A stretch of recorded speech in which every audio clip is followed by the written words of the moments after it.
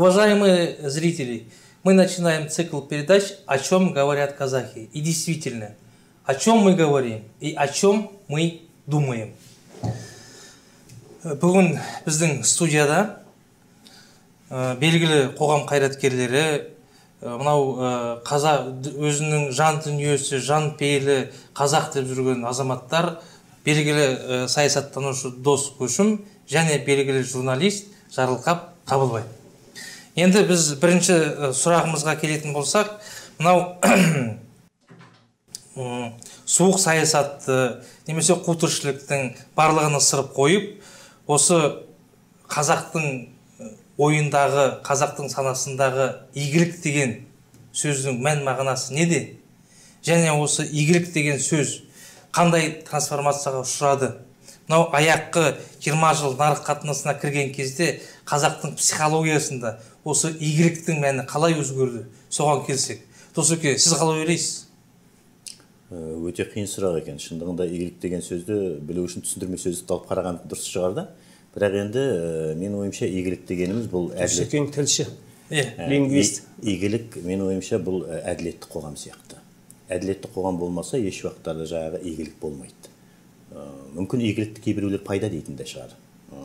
Тіршіліктің жаңағы жақсы өміріміз, қой үстіне боз торғалай заман, бала шағаның жақсы өсіп жетілуі тағы да басқа бұл да.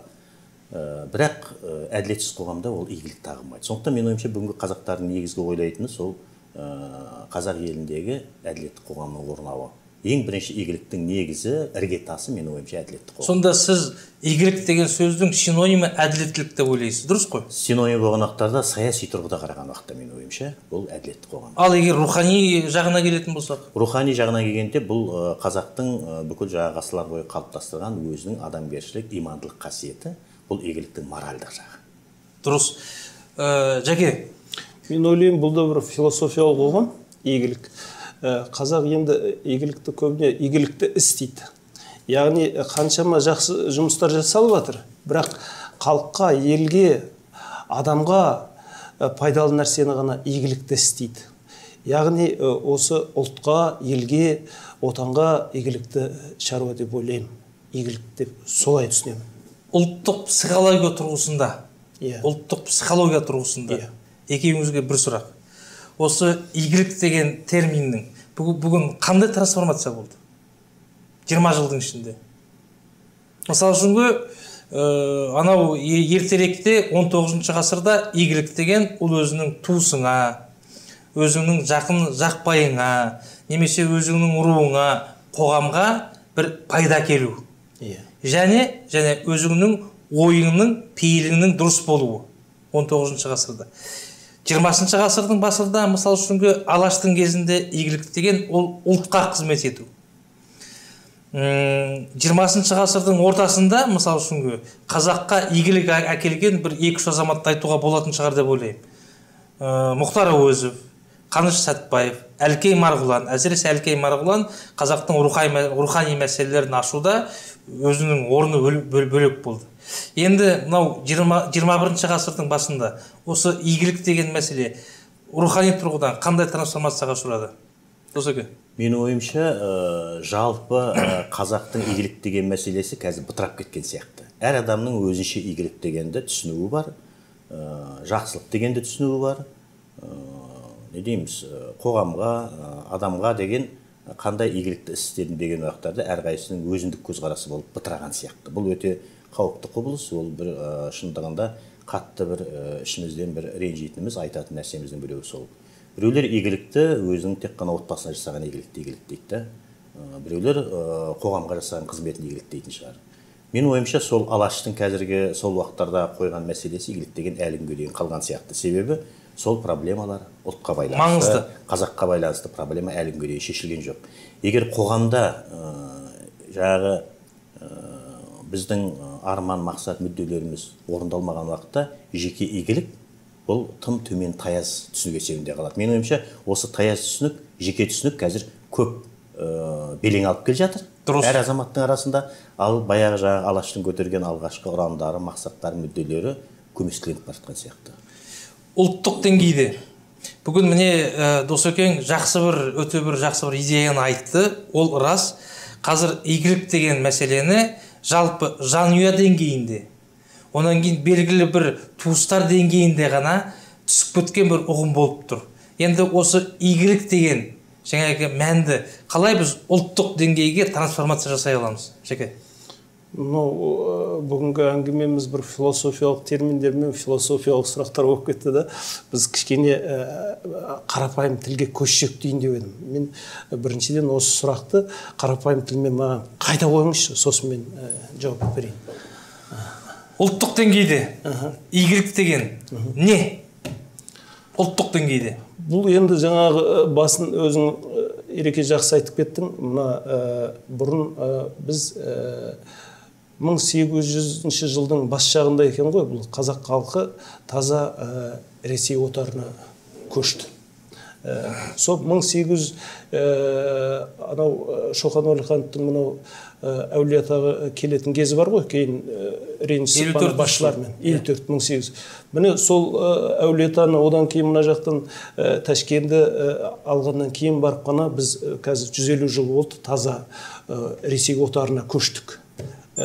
Сол кезде қарасаңыз, сол 1800 жылдың басынан жаңағы 1900 жылға дейінгі аралықта бізде мынау қазақ халқын бұрын қан басқарса, кейін тіпті 300-де 3 ханы болса, солардың бәрін алып тастады да, бұлар саяси реформа жасап, Ресей империясы. Бізді тек болыс сайлаушылығын ғана жасады. Содан жаңағы біздің халық өзінің мемлекеті болмағаннан кейін, өзінің жаңағы мемлекетінің басшысын сайлау, немесе жаңағы депутаттарын сайлау, қазіргі сөзбен айтқанда, ондай болмағаннан кейін мемлекетшілдік сана тек болысшылдық, ауылдық, рулық, аймақтық неге қалып қойды. Оларға керегі сол біздің халықтың сондай майда болып кеткен еді. Сондықтан игілікте сол өзінің руы, өзінің болысы содан аспады. Және болысқа таласып 2-3 ру таласып әртүрлі даудамайға түседі, ояз келетті, соны шешіп береді, бөліп алда билей бер принципі. Содан әлі күнге біздің сол 100 жылдық соңғы немнеміз, жаңа отарлау кезінде психологиямыз, әлі күнге рулық, аймақтық, жершілдік, сондай бір немелерден арыламай келе жатқан сияқтымыз. Өйткені Алаш арыстары 1900 жылдың басында осы ұлттық мемлекет құруға, қазақты ел қылуға, ұлт қылуға, ұлт етіп біріктіруге күш салды. Бірақ сол кездің нелері, Ленин басында қолдағандай болды да, кейін Сталин өзі ұлттар комиссариатын басқарды да, ол өте мынандай басқа ұлттардың ішінде түрік халқына, соның ішіне қазақ халқына қатты өш бөліпті. Өйткені қазақ халқы көтеріліп кетсе, бүкіл түрік бірігіп кете ме? Өйткені Түркістан немесін жасамақшы болды Ташкентте. Соның бәрінен Сталин алдап, жалпы біздің қазақ халқының алаштың басын кесіп тастады. Бір сұрақ. Содан біз әлі күнге ұлттық мәселені не қыла алмай келдік. 70 жыл Совет өкіметінде тағы да Ресей империясының астында деп есептеуге болады. Енді ғана тәуелсіздік алдық қой. Дұрыс. Сонда сіз игілік деген бүгінгі таңда мемлекеттік ойлау. Мемлекеттік ойлау. Дұрыс қой. Мемлекеттік деңгейде ойлау. Яғни әрбір қазақтың игілігі ол ең бірінші мемлекеттік деңгейде ойлау, онан кейін қоғамдық деңгейде ойлау, онан кейін жаңағы осының ең негізгі фундаменті ретінде өзінің жанұясын белгілі бір деңгейде ұстап отыр. Дұрыс қой? Дұрыс. Келістік. Келесі бір мәселе. Мынау бір қоңыр деген түс бар. Қоңыр. Бірақ бұл қоңыр деген түс ол жай ғана анау түс емес, ол негізінде қазақтың үлкен бір философиясы. Мысалы үшін қазақ жер қоңыр дейді. Қазақ тау қоңыр дейді. Біздің кигіз үйдің түсінің 90%-дан астамы қоңыр болады. Қоңыр ат дейді. Осы қоңыр деген символ, ол қазақтың психологиясына бүгінгі таңда сәйкес келе ме? Менің ойымша ол өмір бойы қалады, және қазір сәйкес келеді. Қоңыр дауыс, қоңыр домбыра. Қоңыр домбыра бұл дегеніміз тым алға да шығып кетпейік жарқырап, тым төменде түсіп кетпейік, бір орта деңгейді ұстайық деген сияқты. Қоңыр әр уақыттарда бұл жаңағы не дейді, 50-де 50 сияқты. біз әр уақыттарда осы қалпымызбенен осы деңгейімізді өзімізге лайық өмірімізді ұстап тұрсақ деген. Бұл қазақтың жаңағы менменсу, артықшылық дегеннен қашқаны, екіншіден жаңағы жұрттың артында қалмау. Шындығында мен өзім сол қоңырды бір қоңыр тіршілік дейді ғой. Қоңыр тіршілік дегеннің өзі де бір дөңгелек қана өзінің дүниесі, өмірі, осы елім, осы отбасым, осы балаларым, осы туысқандарым, осы халқым деген сияқты. Ел дұрыс. Иә, сондықтан бұл қоңыр деген әлі күнге дейін қазақтың бұл қанында қалады, бұл қазақтың миының қыртысында қалады. Сондықтан бұл қалды деп ойлаймын мен өз ойымша. Жәке, бір қосымша сұрақ қояйын сізге. Мен осы жақында мынау жаңа жылда біраз балалардың мейрамдарына бардық, анда бардық, мында бардық. Сол кезде біздің осы Қазақстан қоғамында, қазақ қоғамында осы мейрамдардағы балалардың киімі қоңырда емес, ақты емес, көкті емес, қара болып кетті. Қара Бэтмен дейді, қара анау дейді, қара мынау дейді. Осы жаңағы түстің өзінің үлкен бір философиялық мәні бар. Осы түстің өзгеруі, мынау қазақтың мәдени кодының өзгеруіне алып келмей ме? Қалай ойлайсыз? Алып келеді. Өйткені біз мыңдаған жылдар көшпенді халық, соның ішінде қазақ халқы ең соңғы жаңағы көшпенділердің ең соңғы несі шығар. Біз сол қоңыр тіршілікпен, қоңыр өмірмен келсек, осы соңғы 100 жыл қазақты ағын суға салғандай өзгертіп жіберді. Оның психологиясында, оның тұрмыс тіршілігінде, оның өмір сүру әдіс тәсілінде, тіпті жаңағы сіз айтып отырсыз, киімін жаңағы қоңыр түстен біз қара түске көшіп кетуіміз. Бұл европалану. Біз европаша ойлау, шығыстық немемізден үзіліп қалу кішкене. Мынау барлығы отырықшылыққа көшкеннен кейін. Біздің алғашқы отырықшылығымыз ауыл-ауылда болып бізді урбанизацияға екінші сатыда барып, шағын қалаларға, одан кейін ірі қалаларға көшіп келе жатырмыз. Әлі көшіп біткен жоқпыз. Әлі толық урбанизациядан өткен жоқпыз біздің ұлт. Бірақ бізде қазір бұратана бірдеңе бар. Я шығыстық емес, я батыстық емес, я қазақы түркілік емес, я европалық орыстық емес. Сондай бір не де тұрмыз былай өтпелі кезеңде. Дұрыс. Енді мына көзқараспен бір қарап көрсек. Яғни қазақтың қоңыр деген түсі, ол мейірбандылықты, ол бейбітшілікті, ол басқа бір ұлттарға деген көзқарастың жақсы екендігін, басқа бір ұлттағы азаматтарға біздің көзқарасымыздың оң екендігін көрсетеді. Енді мынау 21 ғасырдың міне екінші шегіне біз қазір келдік. Дүниеде үлкен алапат геосаяси, геоэкономикалық өзгерістер болып жатыр. Олар қазір келді міне. Енді осы әрине мынау Қазақстан басқа бір мемлекеттерден томаға тұйық болып отырған жоқ. Өйткені біз экономикалық тұрғыдан дүниежүзіне интеграцияға кіргенбіз. Мәдени тұрғыдан дүниежүзіне интеграцияға кіргенбіз. Яғни біз дүниежүзінің бір бөлігіміз. Солай ғой, онымен ешкім жаңағы даулау салмайды. Енді осыған байланысты келесі сұрақ. Мынау біз шеттегі кейбір мемлекеттер, тек қана мемлекет емес, үлкен корпорациялар, мына Қазақстанда қазақтың ұлтының бірлігіне олар әрқашан қарсы болады. Өйткені, егер қазақ ұлты бір болатын болса, онда басқа мемлекеттердің Қазақстанға деген ықпалы азаяды, үлкен корпорациялардың ықпалы азаяды. Міне осы тұрғыда, осы бізге мүмкін шеттен келіп таңылатын мынандай бір ой бар. Осы қазақ қоғамы жаңағы қазақ тілді және орыс тілді болып екіге бөлінген деген ой бар. Менің ойымша, мынау қазақтар қазақ тілді болсын, орыс тілді болсын, олар монолит. Орыс тілді қазақтар, мысалы үшін, оның ішкі қазақи сезімі қазақ тілді қазақтардан да жоғары болуы мүмкін. Яғни, осы жаңағы Қазақстанның емес, мен қазақ қоғамы деп отырған кезде, бұл қазақ қоғамы деген үлкен мемлекеттік термин. Оның ішінде Қазақстан тұратын орыстар кіреді, кореецтер кіреді, украиндар кіреді. Мысалы үшін, біздің қазақтың батыры Ильин бірінші орын алған кезде комментаторлар қазақстандық емес, бұл қазақтың батыры дейді комментаторлар. Міне осы тұрғыда қазақ қоғамы бүгін екіге бөлінген бе? Міндетті түрде бөлінді, және ол бөлініс әрі қарап кетіп бара жатыр. Біздер жалғыз ғана, бұл енді тілдік бөлініс. нақты лингвистиканың проблемасы. Кейбір жаңағы арамызда саясаткерлер осыны ұлтаралық ұлттық проблемасы сияқты қылып сояққа алып келгісі келеді да. Бұл менің ойымша таза лингвистикалық проблема, бірақ шындығында да бұл бөлініс аяқ жағында онша жақсылық қалып бармайды. Себебі біздер қазір әрқайсымыз орыс тілді әлемдейік та қазақ тілді әлемдейік. Әрқайсымыздың өзіміз оқитын газеттеріміз бар. Біздің әрқайсымыздың көретін хабарларымыз бар теледидардан. Мысалы, жаңағы орыс тілді әлемге келіп, кеше Жас Алашта қандай үлкен мақала шықты, барлық қазақ әлемі талқылап жатқан десең ешқайсысы білмейді, оны оқымайды, көрмейді. Біз бөліндік. Біздің не дейміз, кейбір оқиғаларға беретін көзқарасымыздарымыз әртүрлі.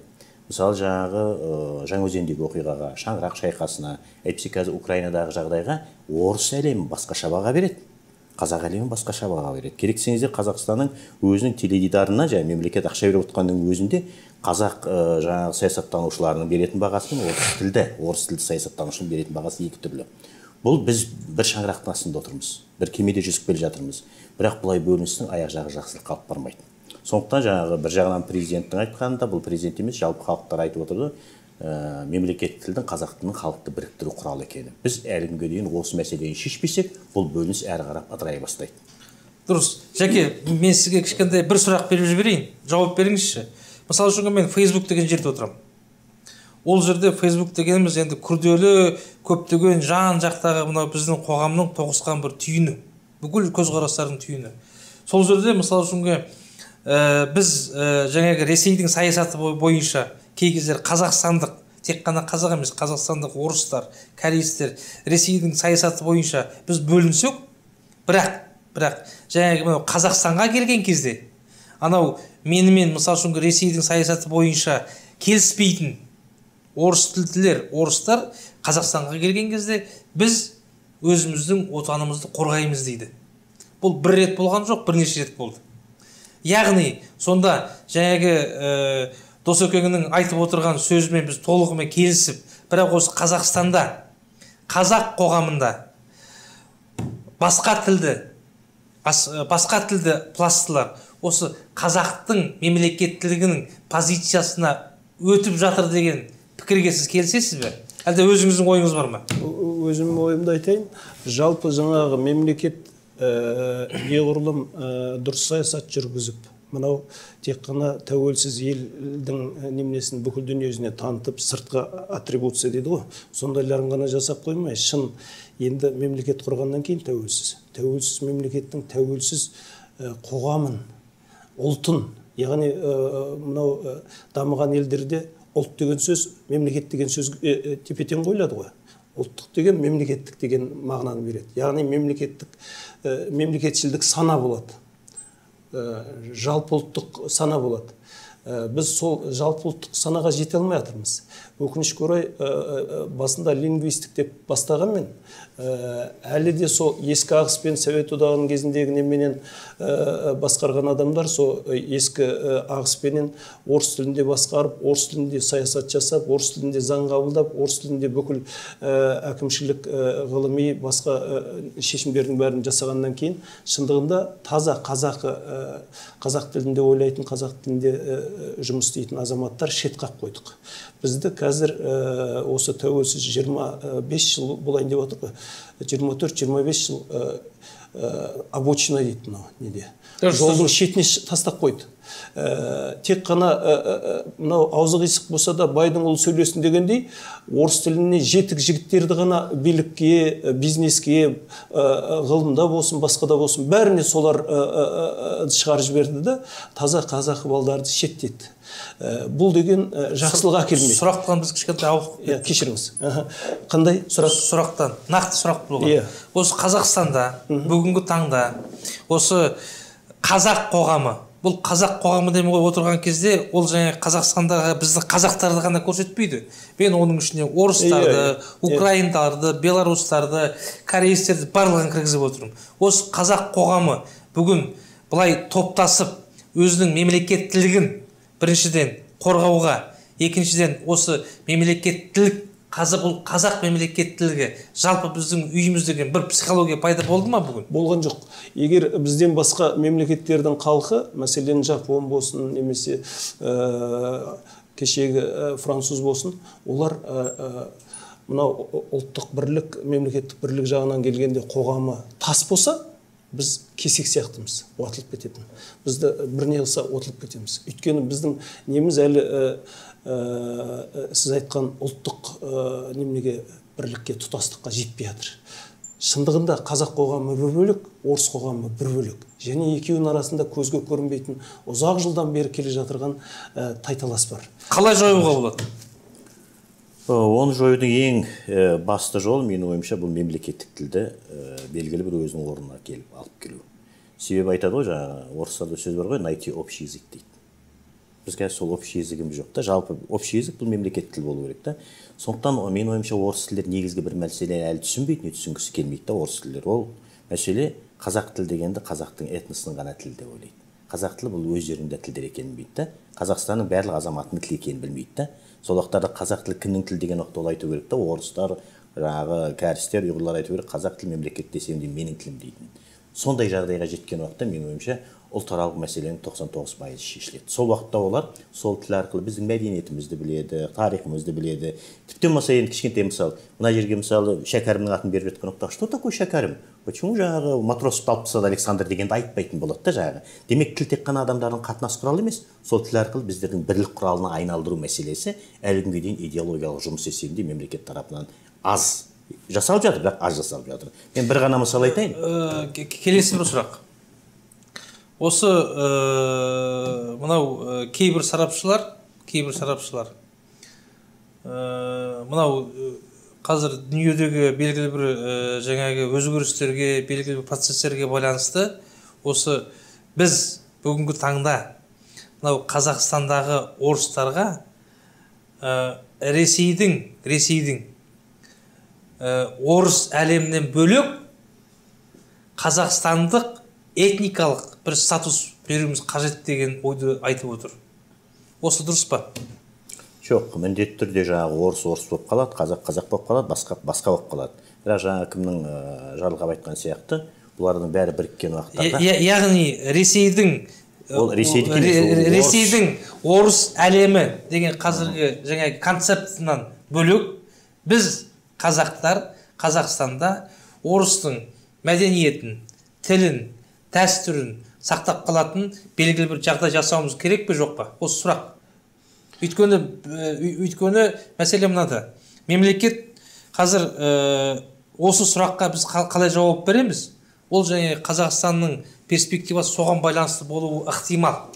Дұрыс айтып отырсыз. Өйткені қазір Қазақстандағы орыс өмір бойы осы жерде туып өсіп, осы жерде жұмыс істеп отырғанмен көретін киносы, телевизоры тек россиянкі болып тұрғаннан кейін Россияның ақпаратын алып, Россияда оқып, балдарын сойқа оқытып отырғандар да көп. Бұл біздің мемлекетте тұрып, ана мемлекеттің азаматы болып жүрген орыс халқы өте көп. Бұл өте қорқынышты нәрсе. Ол шындығында ол орыс болса да, кәріс болса да, біздің орыс, біздің кәріс болу керек. Қазақстанның. Өкінішке орай сондай саясат жоқ, мемлекеттік бағдарламада жоқ сондай. Осы саясатты жүзеге асыратын. Мен бір мысал айтып берейін.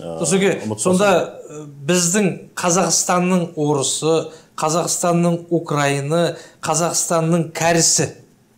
Бұлар қазақтың қоғамының мүшесі. Егер олар өздерінің осы біз қазақтың қоғамының мүшесі болдық деп есептейтін болса, онда белгілі бір өзгерістер, белгілі бір психологиялық комфорт пайда болады, дұрыс қой. Яғни біз бүгінгі таңда оларды анау шеттен келетін ықпалдан ажыратып алуымыз керек. Менің түсінгенім дұрыс қой? Дұрыс. Досеке. Бұлайда оны ажыратып алу үшін мемлекет, не дейміз жаңағы, ақпарат кеңістігін шектеу, тағы басқа көптеген жұмыстар бар ғой, бірақ әңгіме онда емес. Бұлайда сол кеңестік психология, кеңестік менталитет бізде қалды. Жаңағы Моисей 40 жыл бойы құмда алып жүреді ғой. Сол сияқты мүмкін шындығында да 40 жыл бізге де керек шығар. Себебі сол психологияның қалған, мен бана бір мысалмен айтайын деп отырмын да. Масанов, марқұм Нұрболат Масанов 96 жылы алғаш рет этнолингвистикалық мониторинг деген шығарды. Сол уақыттарда мен бір нәрсені көріп жағам ұстадым. Сол жердегі анкетаға жауап берген қазақстандық орыстардың 83% Қазақстанды өзінің отаны деп танымайды екен. Бұл 96 жыл. Бұл 96 жылғы. Және соның ішіндегі жаңағы 83%-дің 91% Қазақстанда туып өскендер екен. Мен сол уақытта шындығында жағамды ұстадым. Сондықтан қысқасы бұл көптеген жаңағы менталитет адам психологиялық күйде ішінде қалады. Менің жаңағы жолдасым Сергей Дувановтың айтатыны бар ғой. Егер Қазақстан мен Россия ойнап жатса, футбол ойнап жатса, орыстар Қазақстанға жаңағы жанкүйер болу керек. Сонда ғана оның қазақстандық патриоты бар. Бірақ біз дейді да, ана орыстарға тартып тұрады дейді, жүрегіміз, бүйрегіміз бұрып тұрады дейді қазақ. Оның да психологиясын түсіну керек та. Сондықтан біз жаңағы мемлекеттік ұлт, өзің айтпақшы жаңағы мемлекеттік ұлт болу, этникалық емес, мемлекеттік ұлт болу үшін әуел жаңағы психология өзгеру керек. Психология осы 25 жылдың ішінде өзгерген жоқ, шын айту керек. Өзгерді, бірақ жетімсіз өзгерді. Мүмкін психологияның бір белгілі бір деңгейі ғана өзгерген шығар. Жоқ, Досеке, мысалы үшінгі сол өзгеріске бір бағыт бар ғой? Бағыт бар. Мен тенденция бар. Тенденция бар. Мен мынандай жаңа айтайын. Мысалы, жаңағы орыс тілді аудиториямен кездескен уақыттарда менің өзімнің нем бар, жаңағы бағдарламам. Орыс тілді аудиториямен кездесемде мемлекеттік насихаттау. Сол уақытта мен оларға түсіндіремін. 90 жыл менен 2000 жылдың арасында қарсылық болды бізде, қайшылық. Өйткені орыс тілді ұйымдар, жеке адамдар мемлекеттік тілде орыс тілі болу керек, қос тіл болу керек деген мәселе көтерді. 2000 жылдан кейін барып қайшылық тоқтай бастады да, түсіністік келді. Мен айтам оны этап понимания. Анау этап противостояния, этап понимания. Мен айтам енді үшінші кезең жоқ. Этап желания. Соны оқысам екен қазақ тілін, түсінсем екен. Ол әлі келген жоқ, бірақ анау этап кетті, қайшылық этабы. Құдайға шүкір. Дұрыс. Өте дұрыс айтып отырсыз. Енді жаңағы бұл қуыршылық, мынау суық саясаттан кішкентай ауаш алайық. Анау Абай айтқан екен. Осы қазаққа даму үшін малмен бірге қолөнер керек. Кәсіп керек. Қолөнер. Өйткені малдан айырылып қаласың, қолөнер қалады. Осы бұл Абайдың сонау 19 ғасырда айтып кеткен мынау қазаққа деген өсиеті болуы ықтимал. Сол жаңағы қазақ бүгінгі таңда қолөнерге қолын жеткізді ме? Жеткізген жоқ. Қазақ өмір бойы малшығалық болса, қазір енді жаңа мамандықтарды меңгеру заманы болып отыр ғой. Мынау қалалық өмірге көшкеннен кейін қалалық тұрмыс тіршілік өндіріс болу керек. Бізде мынау нәски дейді немесе түрсимайкі де шығармасақ, ондай болатын болса, ешқандай өндірісіміз жоқ болса, тек қана мұнайымыз бен газымызды, қазба байлықтарымызды сатып отырған масыл ел болсақ, бұл түптің түбінде бізді орға жығады. Сондықтан біз көптеген өндірісті өзіміз қолға алуымыз керек. Шеттен келетін сондай дайын нәрселерді жабу керек. Өзіміз өндіріп, өзіміз киініп, тек қана тамақты ғана өзіміз не қылмастан. Үкімет сондай бағдарламаға көшу керек. Ал өкінішке орай біздің үкімет үлкен космостық сондай программаларды алады, индустрияландыру, мынау фирс дейді, ақшаны ұрып жатыр. Бірақ бір жерде бір заводы, бір немесі істемейді, өндірісі жоқ. Бұл не қылған ел екенін түсінбеймін. Досеке, қазақ және Абайдың сөзімен айтқан кезде қолөнер. Екеуінің арасында байланыс бар ма? Менің ойымша, біз еврей емеспіз. Еврей ғана өзінің жаңағы барлық нәрсесін не басында, не қолында нетеді ғой. Не ювелир болады, не болмаса редактор, артист болады, әйтеуір. Өйткені оларға өмір бойы қысым көрсетеді де, көшетте жүреді, сондықтан оларға сондай нәрсеге бейімделді. Қазақ өзінің жеріне сай, өзінің тарихи даму байланысты, шаруашылық бағытына байланысты біздер шындығында мал шаруашылығының адамдарымыз. Сондықтан мал шаруашылығы бізде негізгі шаруашылық болып әлі күнге дейін қалады және қала да береді шығар деп ойлаймын да.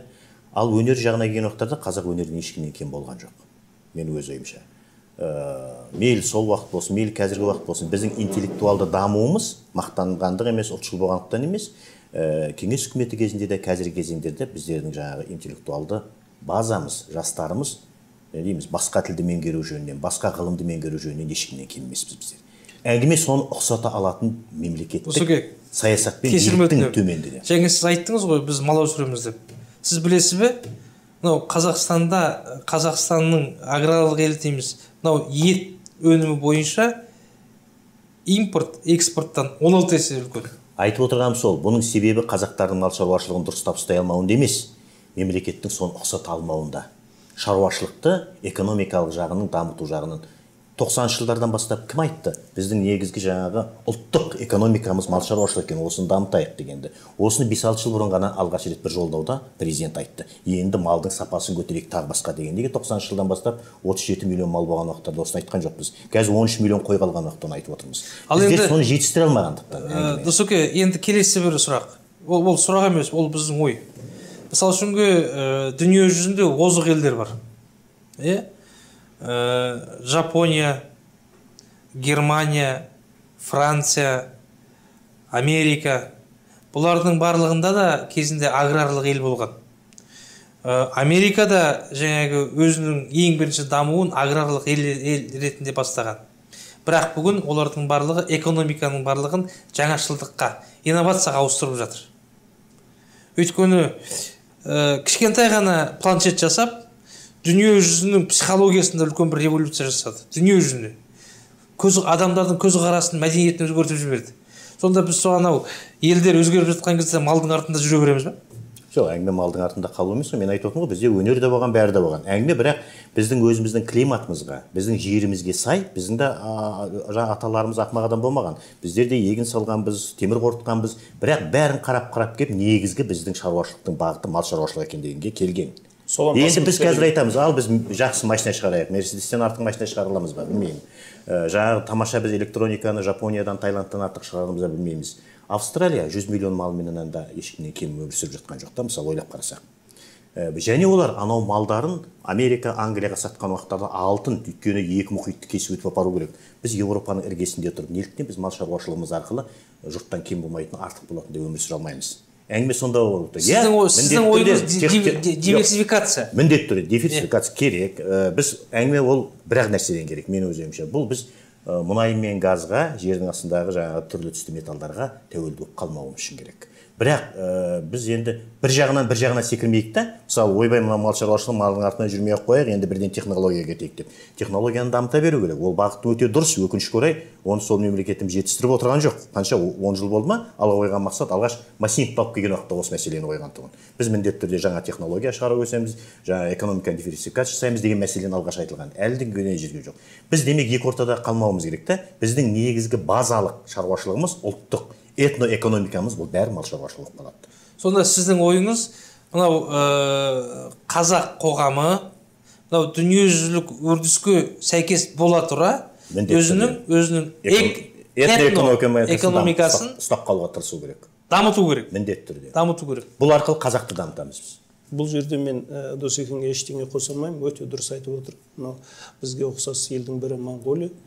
Ол өзінің сол етін, жүнін әйтпесе содан тіккен әртүрлі нелерін, тонын, анауысын дүние жүзіне шығара бастады. Сонымен ақ олар өзінің экономикасын бұлай бұрынғы несінен де, ата дәстүрінен де үзіп алған жоқ. Және екінші басқа жаққа секіріп кеткен жоқ. Ал жалпы мынау мен осы экономикаға болсын, немесе жаңағы сіз айтқан қайтсек мына Қазақстан халқын бір ұлт етеміз, бір қоғам етеміз деген мәселені қоса айтатын болсам, мен көптен бері ойланып жүрген нәрсе мынау, әрі мені өте көп ойландыратын нәрсе, қайтсек жаңағы қазақ тілін мемлекеттік тіл жасаймыз, осы Қазақстанның негізгі тілі қыламыз. Сол жағынан келетін болсам, бұлай ету керек екен. Біз қазір осы қазба байлықтарынан біз экономикаға көштік тілді қойдық. Қазба байлықтарынан түскен ақшаның бәрі біз негізі индустрияландыру, инновация бірдеңе деп әртүрлі нәрселерге, программаларға бөліп құмға су құйып жүрміз. Біз негізінен қазіргі заман, глобализация заманы, мынау ғылым мен техниканың заманы. Яғни біз ең алдымен ақшаны білімге, ғылымға құюымыз керек те. Қазақ тіліндегі білім ең озық білім болу керек. Қазақ тіліндегі мектеп ең озық мектеп болу керек. Қазақ тіліндегі жоғары оқу орны ең озық жоғары оқу орны болу керек. Барлық немені ғылым білімге салатын болса ақшамыз. Ал сонда жаңағы біз өзіміздің ата дәстүрімізге байланысты экономикадағы негізгі бағыт ауыл шаруашылығында не боламыз? Негізгі ана жерімізге байланысты қазба байлықтарын қалай жаңа переработка жасап, өзіміз ары соңғы өнім жасаудың немесіне де жетер едік. Біз басқаша болар едік. Біз әзірге дамытуды мына немені жасаудың аяғын басынан аяғына қаратып төмен қойып қойған сияқтымыз. Түсіндім. Сіздің ойыңыз Қазақстанда инновациялық білімді дамыту керек. Ең неме қылған кезде Қазақстанның кәрісі де қазақ тіліндегі мектепке береді. Орысы да қазақ тіліндегі мектепке береді. Басқасы да. Біз осы жағынан инновациялық білімді дамытатын болсақ, онда Қазақстандағы әлеуметтік, мәдени, менталдық бүкіл жаңағы проблемалардың барлығы өзімен шешіледі. Негізінде дұрыс ой. Досеке. Сондықтан біздің шопандардың үш баласының біреуі мысалы үйінде қалады, мал бағып, біреуі оқиды деген сияқты. Біз өте ақылды халықпыз ғой. Дұрыс. Енді ең аяққа сұрақ. Мынау екеуіңіз де мәдениетке жақынсыздар. Біз осы қазақтың мәдениетінің жаңағы тамыры ауылда. Осы ауылдан көшсе қазақ өзінің тамырынан айырылып қалады деген бір ой бар. Сонда жаңағы қазақ егер қалаға көшетін болса, онда қазақ тамырдан айырылып қалады деген бір сондай бір дұрыс емес менің ойымша психология пайда болады. Бүгінгі қазақтың мәдениеті қай деңгейде? Инновациялық деңгейде ме? Әлде анау 19-шы деңгейдің ар жақ бер жағында әлі жүрміз бе біз? Досеке, рұқсат етсеңіз, мен бұл жерде бұлай философиялықпен қараймын. Теңіздің толқыны жағаға бұлай бұрады да қайтадан кері ұрады. Өзі сөйтіп тұрады. Сол сияқты мынау жаңағы көшпенді өмірден біз отырышылыққа, урбанизацияға көштік па? Енді үлкен қалалардың жанынан кіші қалалар және адамдар қаладағы мынау көп қабатты үйлерден қашып не қылып жатыр. Түптің түбінде біз бүкіл ғылым мен білімді, техниканы әбден дамытып жеткен кезімізде қайтадан бұрынғы қазақ өмірге келетін сияқты болып сезінемін. Өйткені мынау Қытайдан келген бір ағайындар маған бір немені көрсетті. Ай далада қой бағып отырған бір үй, мына киіз үйін 2 этаж қылған, 2 қабат. Және ішінде бүкіл бәрі бар. Қазір жаңағы дұрыс сатып алсаңыз, ана құрылыс немесінің бәрін. Сол үйде моншада жасайсыз, ішінде душында, басқасында бүкіл мына қаладағы игіліктің бәрі бар. Ондай жағдайда біз қайтадан сол неге баратын сияқтымыз. Түсіндік. Өзіңнің рухыңа, өзіңнің тамырыңа, бірақ жаңа деңгейде қайтып келу. Дұрыс. Досеке, бір сұрақ. Осы сұрақты кішкентай жалғап жіберсеңіз. Сіз Картегенде ауылға қайтқыңыз келе ме? Міндетті түрде. Қайтқым келеді. Осы бүкіл жаңағы бойыңызға тәжірибені алып, білімді алып, қазаққа өзіңіздің береріңізді беріп, онан кейін бейбарыс тәрізді жұмсанға қайтам деп ойлайсыз ғой? Бұл жерде екі мәселе бар да, жаңағы сен айтқан қайту бар да, екінші осы қоғамдық өмірден шаршау, реніш бар да. Мысалы, қаншама мен 26 жылымда бердім ғой қоғамдық саяси жұмысқа, сол уақыттарда осының бәрінен жаңа екі қолыңды төбеме қойып кеткім келеді да, жеке. Мысалы, шәкәрім неге кетті, ақан сен неге тауға есіп кетті, мен соңғы уақытта ойланатын болдым. Әңгіме қартайғанда емес, мен қазір кеттім деп отыр. Жеке бір жерге барып отырып, өзің бір не дейтінбіз, өзіңіздің ойымды нетем ба деген мәселе да. Бірақ енді сен айтқан мәселені мен бір мынандай ойымды айта салайын да. Инновация мен мәдениет екеуі екі түрлі мәселе. 19-шы ғасырда қазақ өмірінде 19-18 ғасырда инновация болмаған шығар. Бірақ біз қазіргі кездегі айтып жатқан бүкіл мәдениетіміз бәрі сол уақытта. Біз Абайдың сөзін аузымыз ашылып оқиды. Инновация болмаса да неліктен? Біз қазір соңғы 20-шы ғасырда не шығардық? 21-ші ғасырда не шығардық? Қандай нәрсені бердік? Кімді өмірге келдік? Абайды ма, Мұхтарды ма, кімді келдік? Біз қазір инновация кетіп бара жатқан. Біздің жейтін тамағымыз жақсы шығар. Дұрыс. Бірақ менің ойымша сол Абай инновация болған.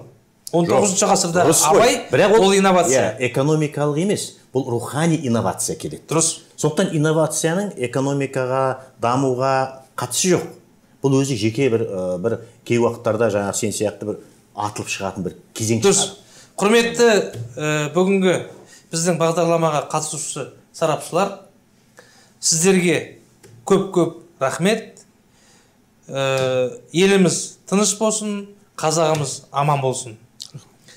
Қалды сенде жастық деген жан әнімнің неге жырттым парағын, Алатаулай асқақ едім мен бүгін, сені көріп аласарып барамын.